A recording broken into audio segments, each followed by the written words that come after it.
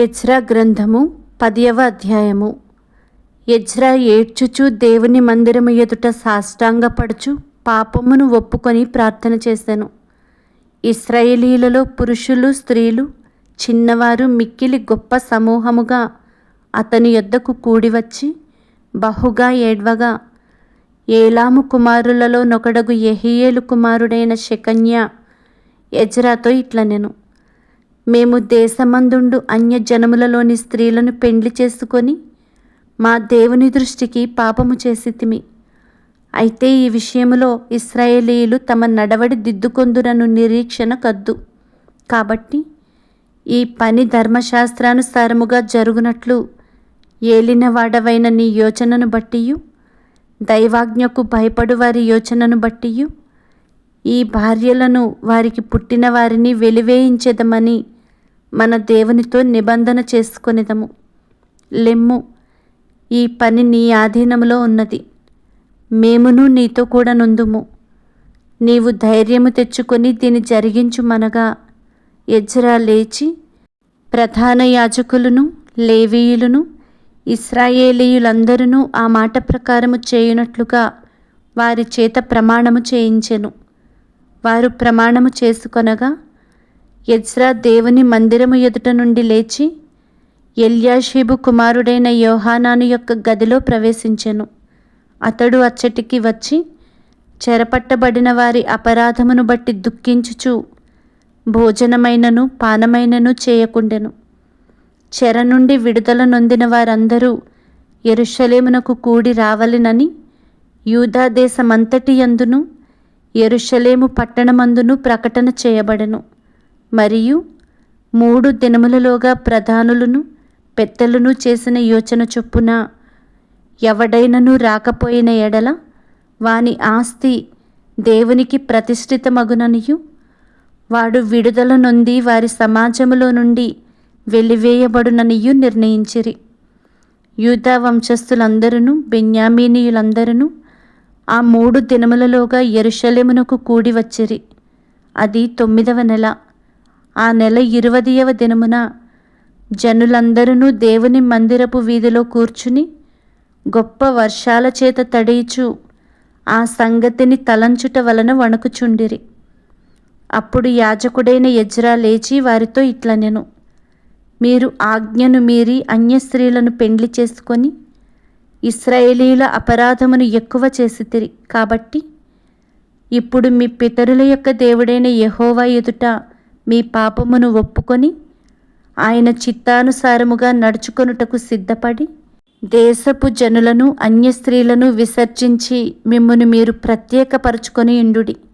అందుకు సమాజకులందరూ ఎలుగెత్తి అతనితో ఇట్లనిరి: నీవు చెప్పినట్లుగానే మేము చేయవలసి ఉన్నది. అయితే జనులు అనేకులై ఉన్నారు, మరియు ఇప్పుడు వర్షము బలముగా వచ్చుచున్నందున మేము బయట నిలువలేము. ఈ పని 1-2 దినములలో జరుగునది కాదు. ఈ విషయంలో అనేకులము అపరాధులము. కాబట్టి సమాజపు పెద్దలనందరినీ ఈ పని మీద ఉంచవలెను.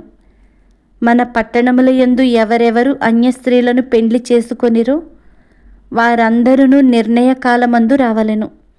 మరియు ప్రతి పట్టణము యొక్క పెద్దలను న్యాయాధిపతులను ఈ సంగతిని బట్టి మా మీదికి వచ్చిన దేవుని కఠినమైన కోపము మా మీదికి రాకుండా తొలగిపోవునట్లుగా వారితో కూడా రావలెను అని చెప్పెను. అప్పుడు ఆషాహేలు కుమారుడైన యోనాతానును తిక్వా కుమారుడైన యెహజ్యాయును మాత్రమే ఆ పనికి నిర్ణయింపబడిరి. మెషుల్లామును లేవీయుడైన షబ్బెతయిను వారికి సహాయులై ఉండిరి. చెర నుండి విడుదల నొందిన వారు అట్లు చేయగా యాజకుడైన ఎజ్రాయును పెద్దలలో కొందరు ప్రధానులను వారి పితరుల ఇంటి పేరులను బట్టి తమ తమ పేరుల ప్రకారము అందరినీ వేరుగా ఉంచి 10వ నెల మొదటి దినమున ఈ సంగతిని విమర్శించుటకు కూర్చుండిరి. మొదటి నెల మొదటి దినమున అన్య స్త్రీలను పెండ్లు చేసుకొనిన వారందరి సంగతి వారు సమాప్తము చేసిరి. యాజకుల వంశములో అన్య స్త్రీలను పెండ్లి చేసుకొని ఉన్నట్లు కనబడిన వారు ఎవరనగా యోజాదాకు కుమారుడైన యేషూవ వంశములోను అతని సహోదరులలోను మైషేయాయు, ఎలీయెజరును, యారీబును, గెదల్యాయును. వీరు తమ భార్యలను పరిత్యజించదమని మాట ఇచ్చిరి. మరియు వారు అపరాధులై ఉన్నందున అపరాధ విషయములో మందలో ఒక పొట్టేలును చెల్లించిరి. ఇమ్మేరు వంశములో హనాని, జబద్య. హారీము వంశములో మయషేయ, ఏలియా, షెమయ, యెహీయేలు, ఉజ్జియా. పషూరు వంశములో ఎల్యోయేనై, మయషేయ, ఇష్మాయేలు, నెతనేలు, యోజాబాదు, ఎల్యాషా. లేవీయులలో యోజాబాదు, షిమి, కెలితా అను కెలాయా, పెతహయ, యూదా, ఎలీయెజరు.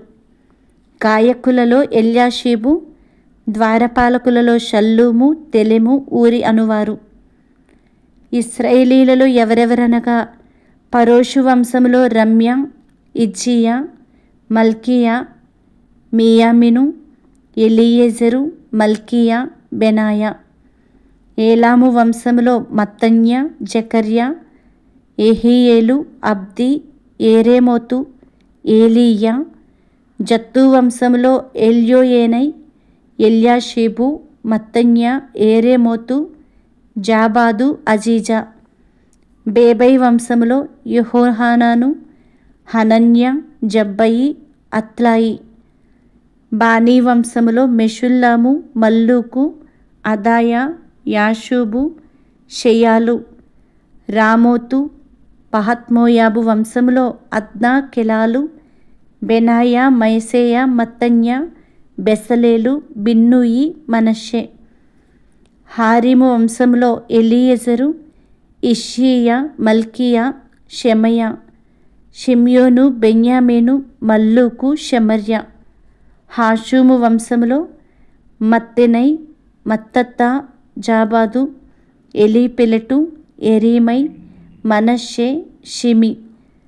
బానీ వంశములో మైదై, అమ్రాము, ఊయేలు.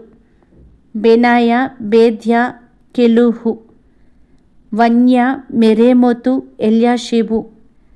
మత్తన్య, మత్తనై, యహషావు.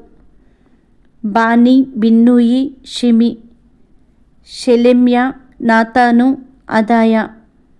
మక్నద్బయి, షామై, షారాయి. అజరేలు, షెలెమ్య, షెమర్య. షల్లూము, అమర్య, యోసేపు. నెబో వంశములో యెహీయేలు, మత్తిత్య, జాబాదు, జెబీనా, యత్తయి, యోవేలు, బెనాయా అనువారు. వీరందరూ అన్య స్త్రీలను పెండ్లి చేసుకొని ఉండిరి. ఈ స్త్రీలలో కొందరు పిల్లలు గలవారు.